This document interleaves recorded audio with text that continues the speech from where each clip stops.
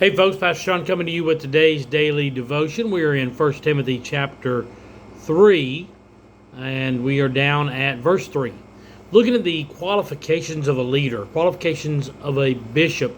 But I told you a couple of days ago, we can take these attributes and add them to our lives every single day. These are things that need to be in everyone's lives, and these will take you to a higher walk with Jesus. This will take you to a higher plane, a higher level of understanding of who God is and how you can connect with Him on a day-to-day basis.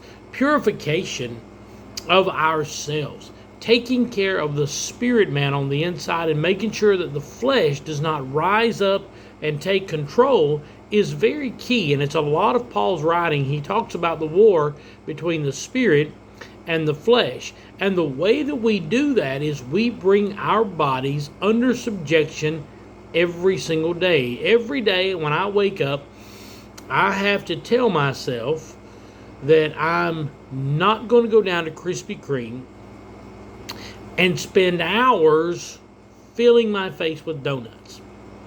Because when that hot sign is on, you know what I mean. Anything can happen.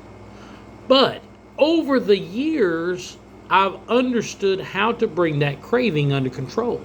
It's by telling my body that, hey, we'll have one while we're on vacation. We'll have two while we're on vacation. That's it. And then I bring my body under control. We had them at church the other day. I don't think I ate one at the church. When I got home, they were on the oven. There was some sitting on the stove there that they had brought home from church, and I didn't eat one. Thought about it, looked at it, went and got a slice of cheese instead.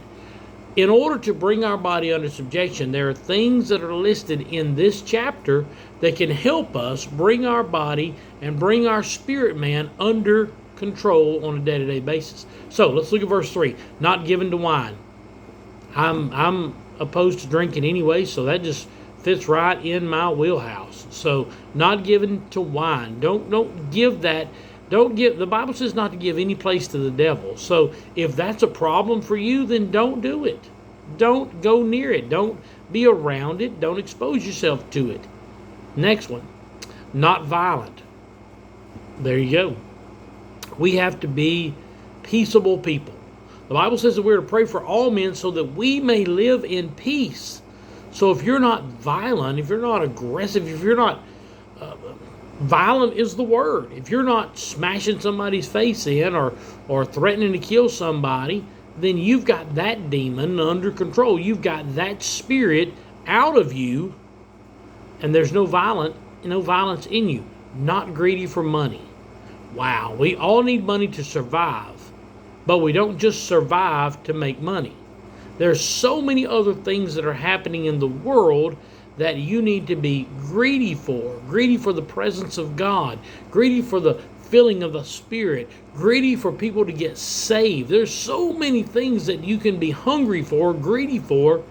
Money doesn't have to be one of those.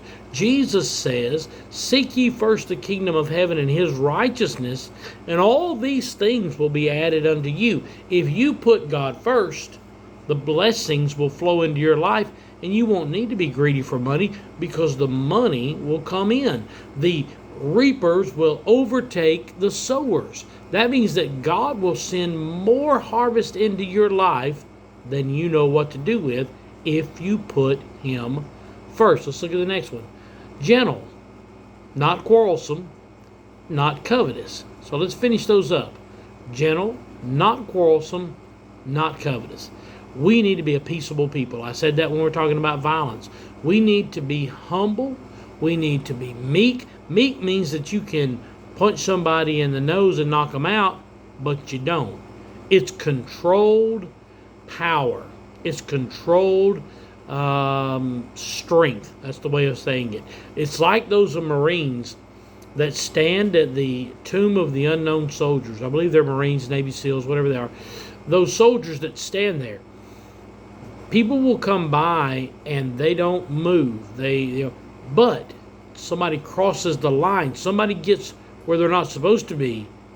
Then that meekness melts away and that power comes out, and they'll challenge you and say, do not. cross the line. Do not step into that area. And that's meekness. That's controlled strength. We don't have to be quarrelsome. We don't have to be violent. We can be gentle. And the last one is not covetous. Don't worry about what other people have. You worry about what's going on in your life.